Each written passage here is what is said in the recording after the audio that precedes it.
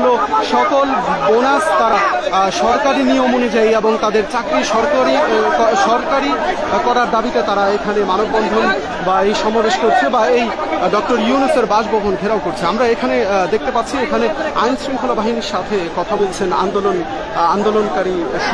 আন্দোলনকারীদের পক্ষ থেকে সমর্থকরা। আমরা একটু দেখানোর চেষ্টা করি আপনাদের।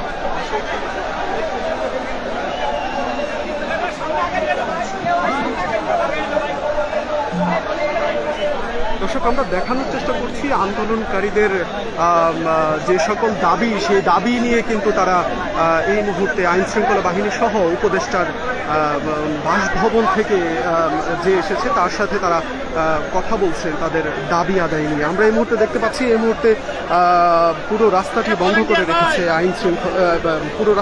করে রেখেছে এক দফা দাবি আদায় নিয়ে আউটসোর্সিংয়ে যারা নিয়োগ হয়েছে তারা।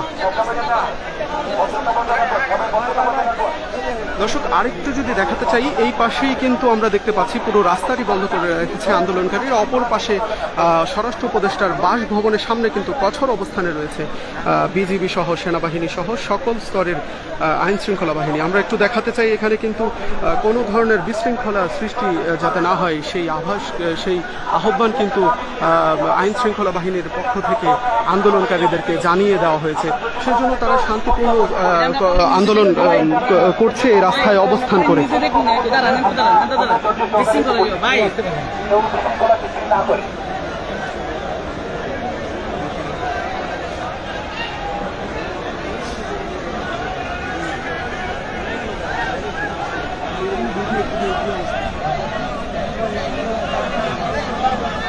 সবাই বসে ভাই, মাইকি কোন বলেন, বসতে বলেন।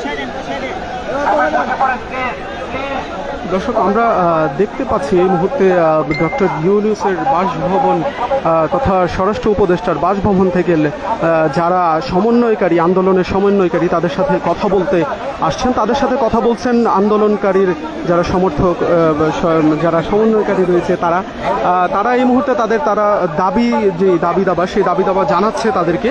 আমরা একটু দেখানোর চেষ্টা করি।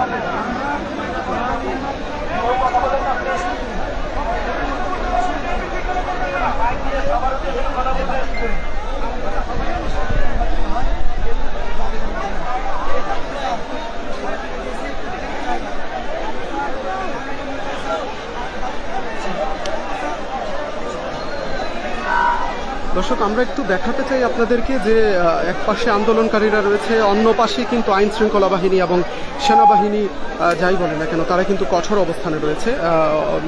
কোনো ধরনের বিশৃঙ্খলা সৃষ্টি যাতে না হয় সেই আভাস কিন্তু তারা বারবার দিয়ে যাচ্ছে।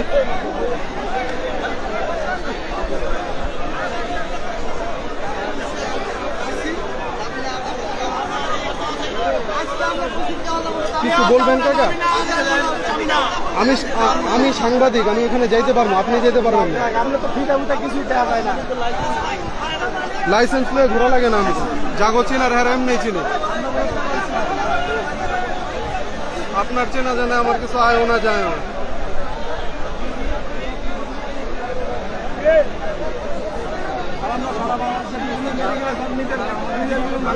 দর্শক, আমরা দেখতে পাচ্ছি এই মুহূর্তে আইন শৃঙ্খলা স্বরাষ্ট্র উপদেষ্টার বাসভবন থেকে যারা এসেছে তারা কিন্তু এই মুহূর্তে তারা দাবি দাবা নিয়ে কিন্তু তারা এই মুহূর্তে স্বরাষ্ট্র উপদেষ্টার কাছে যাচ্ছে। আমরা একটু কথা বলবো যারা উপদেষ্টা রয়েছে তাদের সাথে, তারা কি কি জানিয়েছে তাদের কাছ থেকে দাবি দাবা, সেই দাবির বিষয়ে জানাতে।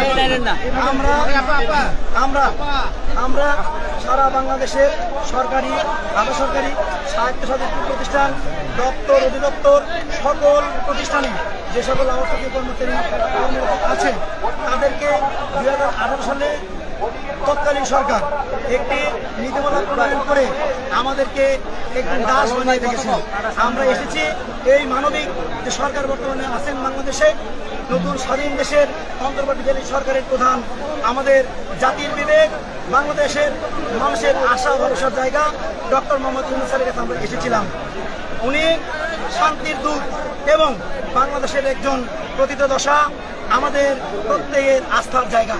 আমরা এখানে এসেছিলাম সারা বাংলাদেশের কর্মচারীদের দুঃখ দুর্দশার কথাগুলো উল্লেখ করে আমরা একটি স্মারকলিপি ওনার কাছে আমরা জমা প্রদান করলাম। ওনার পক্ষ থেকে স্মারকলিপিটি গ্রহণ করেছেন ওনার প্রেস সচিব এবং